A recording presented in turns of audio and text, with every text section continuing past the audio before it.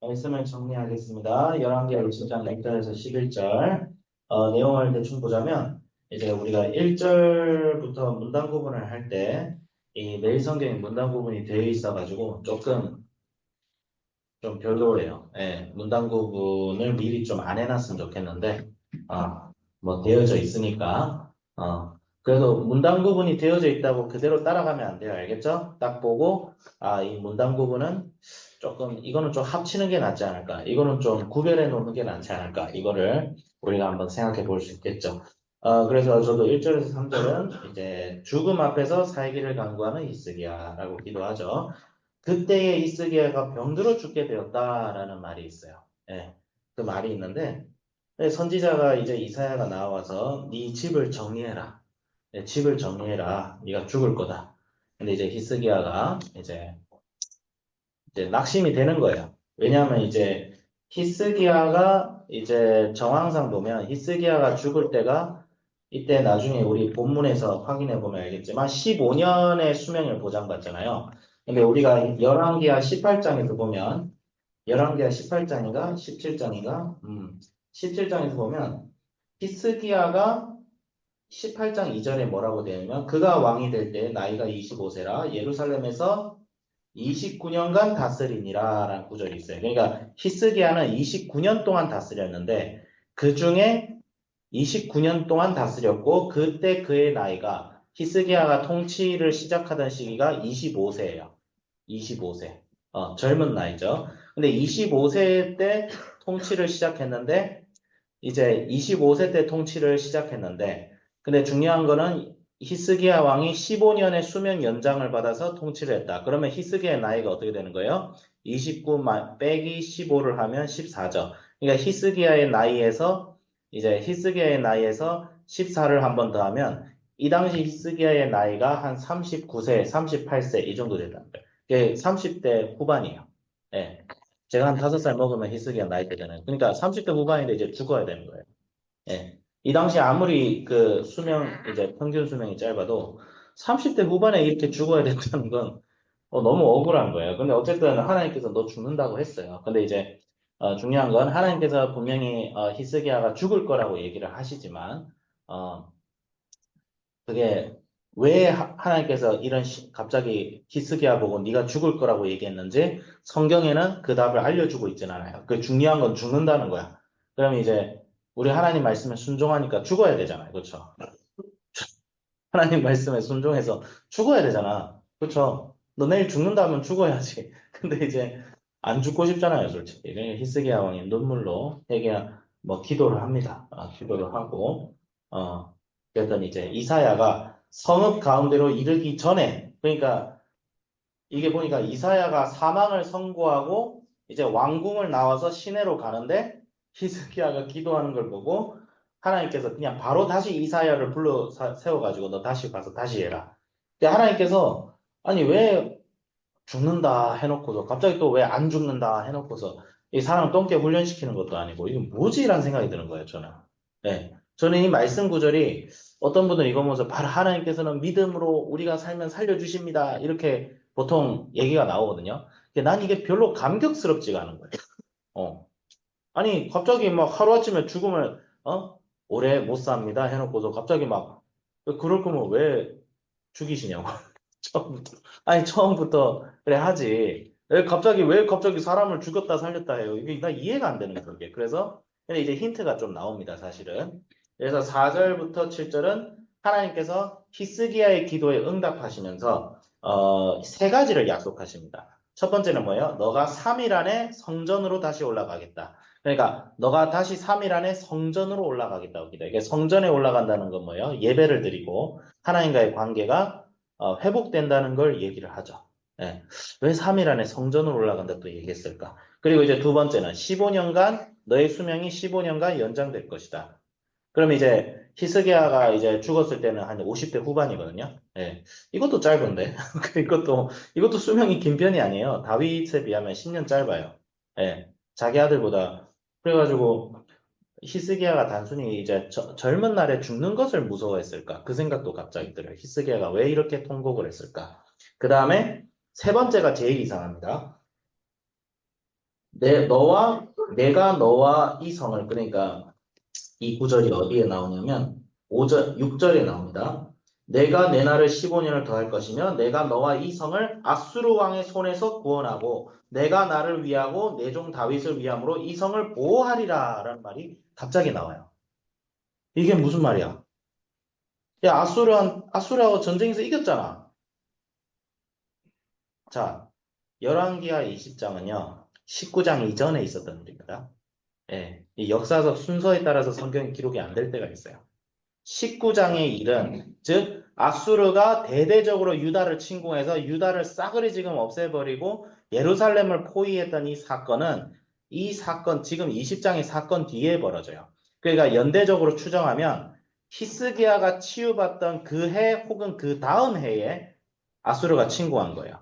역사적으로 보면 지금 히스기야의 통치를 지금 보겠습니다. 히스기야가 왕으로 즉위하고 4년째 되는 해에 북이스라엘의 사마리아 성이 포위가 됩니다. 그리고 히스기야가 다스리는 해에 그 6년째 되는 해.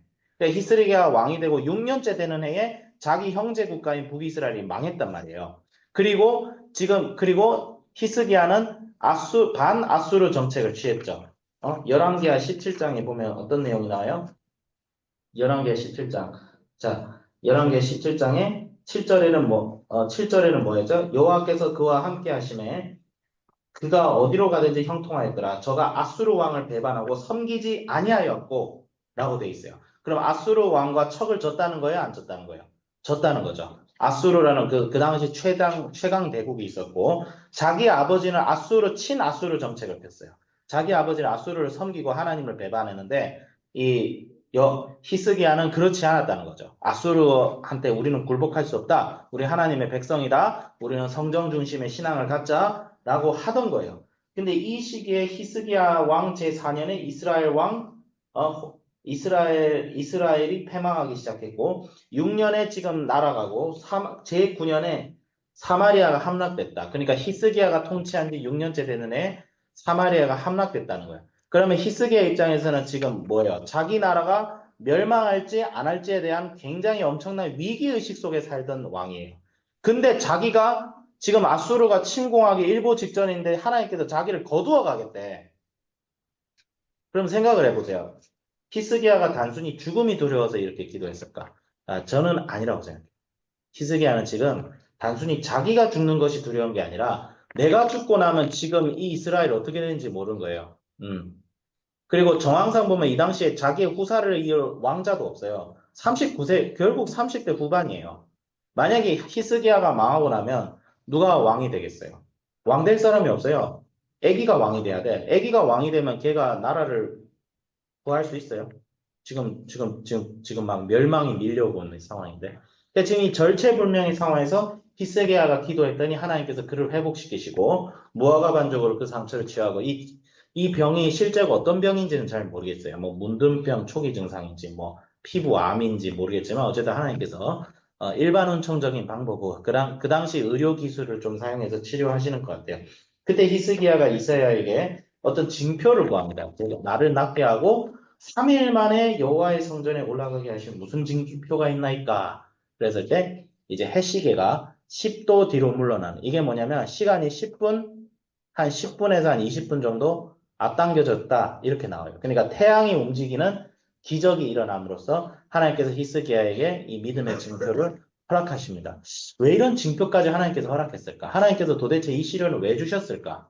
그 다음에 20장 후반에 보면 우리가 내일 할 본문에는 바벨론 왕 사신이 오니까 히스기야가 그 나라의 보물들을 다 자랑하면서 그러고 있으니까 하나님께서 이사야를 통해서 너 그 보물 다 바벨론에게 뺏기고 바벨론이 니들 지배할 거야. 이 구절이 나중에 이 에피소드가 나중에 나와요. 저는 처음에는 20장을 보면서 히스기야가 아수르도 물리치고 병도 치료받으니까 교만해져서 그랬다 라는 생각이 들었는데 19장과 이 20장에 나오는 아수르로부터 내가 너를 구원하겠다는 하나님의 약속을 통해서 무엇을 보냐면 20장을 경험한 히스기야가 있었기 때문에 19장의 히스기야가 나오는구나라는 생각이 들었어요. 히스기야가 아수르 왕 앞에서 예루살렘 성이 포위당하고 랍사게를 통해서 야 항복하면 너 살 수 있어 이런 상황 속에서 히스기야 왕이 여기에 물러서지 않고 하나님을 의지할 수 있었던 그 믿음이 어디서 나왔겠는가라고 했을 때 20장의 경험이 있었기 때문에 히스기야는 믿음을 가졌다라는 해석이 나올 수 있겠죠. 그러면 하나님께서는 히스기야 보고 이 죽을 위기 속에 살게 하신 궁극적인 목적은 무엇이냐? 히스기야로 하여금 하나님이 어떤 분이신지를 알게 하려 하시는 거죠. 이 위기, 히스기야가 당시 정치적인 위기와 사회 경제적인 위기가 있었다. 아수르의 침공은 임박했고 자기 형제국가 북이스라엘은 멸망 직전이고 그리고 하나님 그런 앞에서 하나님께서는 히스기야를 일부러 치셨다가 낫게 함으로써 하나님 앞에 나는 생사를 주관하는 하나님이고 역사를 주관하는 하나님이다. 너는 두려워하지 마라. 아수르하고 타협하지 마라. 너는 끝까지 내가 명하는 길로 가라 했을 때 히스기야는 믿음이 증명되었고 하지만 20장 후반에서 바벨론을 의지해가지고 아수르를 대항하겠다고 했을 때 하나님께서는 뭐예요? 너가 왜 바벨론을 의지하느냐 하고 책망이 되었던 거죠. 히스기야의 믿음과 히스기야의 믿음의 연약함이 20장 안에서 다 드러나는 거죠. 그러면 적용을 하자면 우리 하나님께서는 때로는 우리에게 연단을 위해서 고난도 허락하시는 분이십니다. 그리고 우리가 때로는 위기 속에 있지만 하나님께서는 역사의 주관자로서 반드시 우리로 이기게 하십니다. 그런데 이기게 하실 때에 우리가 단순히 이기는 것만 중요시하는 것이 아니라 그 이기는 과정 속에서도 하나님을 의지해야 된다. 10월 27일 날 차별금지법 반대해가지고 교회가 모여서 막 집회를 할 거예요. 주일 예배를 광화문에서 드린대요. 근데 좀 또 믿음의 사람들 중에 상당 부분이 꼭 그렇게 주일날 모여서 드려야 되겠냐 이런 얘기를 하시는 경우가 있어요. 그러니까 차별금지법 때문에 모이는 건 좋은데 우리가 신앙과 믿음으로 예배를 드리고 그 모이는 건 좀 토요일날 모이고 하면 좋은데 왜 주일날 그렇게 모여서 그래 하느냐라는 얘기가 있어요. 실제로.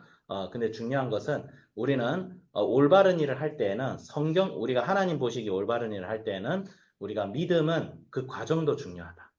그 과정도 중요하다. 그래서 이 메시지가 굉장히 심오한 깊이가 있어요. 하나님께서는 이기게 하시는데 그럴 때에 바벨론을 의지해서 아수르를 이기는 것은 믿음이 아니다. 아수르가 믿음의 적이긴 한데 하나님을 의지해야지 바벨론을 의지해서 아수르를 이기는 그러니까 세상적인 방법으로 목회를 하고 세상적인 방법으로 교회를 세우고 세상적인 방법으로 전도를 한다면 그것은 하나님 뜻이 아니다. 근데 히스기야는 전형적으로 하나님에 대한 믿음은 강했고 그 믿음의 역사를 하기 위해서 최선을 다했지만 그 방법이 온전히 하나님 보시기에 선한 왕은 아니었던 것 같아요. 그럼에도 불구하고 다윗의 길을 따랐던 선한 왕으로 기록이 되어 있습니다. 우리도 이것을 경계 삼아서 믿음의 사람이 되어야겠다라고 적용하겠습니다. 기도하겠습니다. 하나님 아버지 감사합니다. 히스기야 왕의 죽었다 살아난 고비를 통하여 하나님 아버지 믿음을 연단시키시고 하나님께서 역사의 주관자이심을 히스기야 왕에게 확증시키십니다. 주님 저희들도 그런 하나님을 경험할 수 있게 하여 주시옵소서. 감사드리며 예수님의 이름으로 기도드립니다. 아멘.